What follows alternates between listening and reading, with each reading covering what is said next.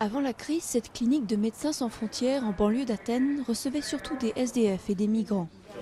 Mais depuis les dernières réformes de la sécurité sociale grecque, les non-assurés doivent payer pour l'accès aux soins. Alors de plus en plus de personnes dépendent des ONG. Ils nous traitent comme des êtres humains. Ils nous parlent. Le médecin peut s'occuper de vous pendant une demi-heure. Ils nous donnent des médicaments. Ils prennent soin de nous. Ça n'arrive pas à l'hôpital. Heureusement que MSF existe et qu'il nous aide. En ce moment, ils nous aident en me donnant de la nourriture et des médicaments pour les enfants. Et ils nous reçoivent en consultation. Ça nous suffit. Avec la montée en flèche du chômage et l'importance du travail au noir, 10% de la population ne peut plus compter que sur ses propres économies pour se soigner. La situation est particulièrement difficile dans ce quartier où beaucoup d'employés du port ont perdu leur emploi. Mais les assurés ne sont pas épargnés.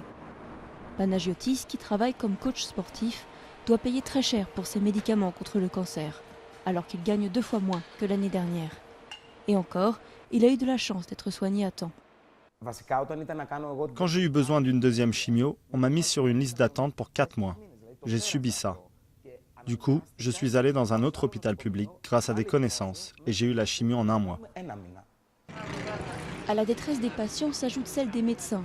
Ils ont vu leur salaire diminuer de 40% et leurs conditions de travail se détériorent chaque jour. Nous sommes au bord du précipice en Grèce. Nous n'avons plus de matériel, il n'y a plus d'argent, les financements des hôpitaux ont été très réduits et du coup les médicaments et fournitures les plus basiques manquent tout le temps.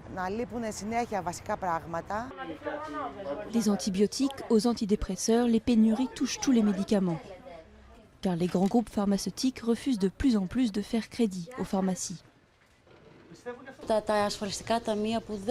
sécurité sociale ne nous rembourse plus, ou ils nous remboursent très en retard. Et les laboratoires ont énormément réduit les périodes de crédit. Donc nous ne pouvons plus acheter tous les médicaments dont nous avons besoin. La générosité de médecins comme Bartsea permet au système de santé grec de ne pas s'effondrer. Bartsea est officiellement au chômage et pourtant elle travaille comme bénévole en attendant d'obtenir une place dans un hôpital. Mais comme beaucoup de Grecs qualifiés, si elle trouve un poste à l'étranger, elle émigrera.